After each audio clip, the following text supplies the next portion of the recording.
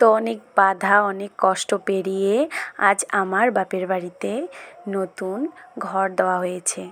যেহেতু এটা সরকারি টাকার ঘর, কিন্তু তথাপিও এখানে কিছু এক্সট্রাভাবে করে ঘরগুলো সুন্দরভাবে বানিয়ে তোলা হয়েছে। এটা খুবই আনন্দের একটি বিষয়। আমরা ছোটোর থেকে অনেক কষ্ট করেছি। আমাদের আগে মাটির ঘর ছিল। বৃষ্টি হলে আমাদের বাড়ির পেছনে জল হয়ে যেত, যে জল নাকি আমাদের ঘরের ভেতরেও আসতো। তো এত কিছু সহ্য করার পর ফাইনালি আমাদের ঠাকুরের আশীর্বাদে সরকার থেকে আমরা ঘর পেয়েছিলাম। তো এই ঘর আমাদের কমপ্লিট হয়েছে। পুরোপুরি কমপ্লিট হয়নি, আমাদের ঘরের ভেতরটা কমপ্লিট হয়েছে।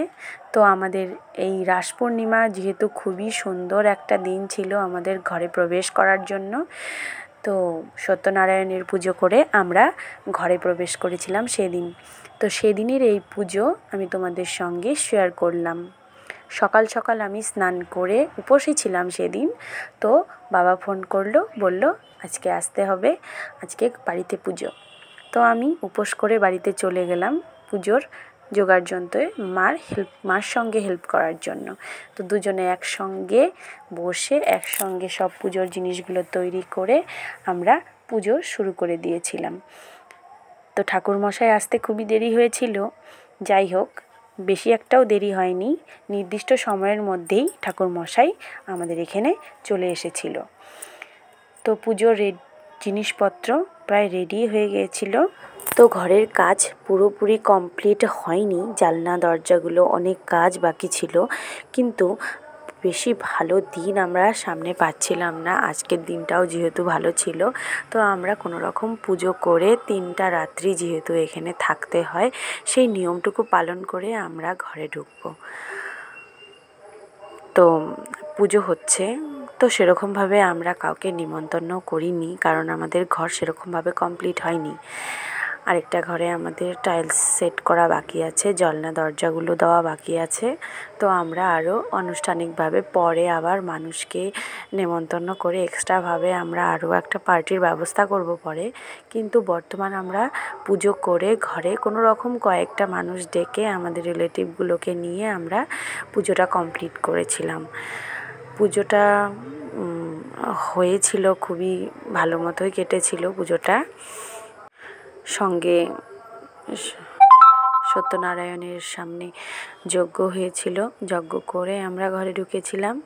তো অনেকে আরও অনেক পুজো করে ঘরে ঢুকে, কিন্তু আমরা সত্যনারায়ণের পুজোটাই প্রথমে করেছিলাম। কারণ যে কোনো একটা শুভ কাজ করতে যেরকম আমরা গণেশ পুজো করি, সেরকম সত্যনারায়ণ পুজোতেও আমরা বিশেষ করে ঘরে ঢুকতে গেলে আমরা সত্যনারায়ণ পুজোটাই বেশিরভাগ করি। তো এভাবেই আমাদের পুজোটা সারাদিন এইভাবে কমপ্লিট হয়ে যায়। পুজোটা প্রায় 12:30 1টা নাগাদ শেষ হয়ে গিয়েছিল। তারপর সন্ধেবেলা যেহেতু কীর্তনের ব্যবস্থা ছিল, আমার ঘরে হরিনাম সংকীর্তন করতে হয়, ভাগবত পাঠ হয়, এটা আমাদের করতেই হবে। তো তার জন্য আমাদের আবার সন্ধেবেলা এই ব্যবস্থা ছিল। তার জন্য আমাদের ঠাকুরের মালা গাঁথা হয়েছিল বিভিন্ন ফল টল দিয়ে। কোনো রকম আমরা হরিনাম সংকীর্তন দিয়ে এই কাজটা সুসম্পন্ন করেছিলাম। তো হরিনাম সংকীর্তনের পর আমাদের এখানে অনেক মানুষ বলতে আশেপাশের কয়েকজন এসেছিল প্রসাদ নেওয়ার জন্য। তো আমরা বিশেষ কোনো ব্যবস্থা করছিলাম না। তো আমরা আগেই বলেছি আমি তোমাদের যে প্রসাদের কোনো সেরকম ব্যবস্থা ছিল না, সেরকম আমরা লোকজন বলিনি, কোনো রকম ঘরে ঢুকেছিলাম। তো এই ছিল ভিডিও।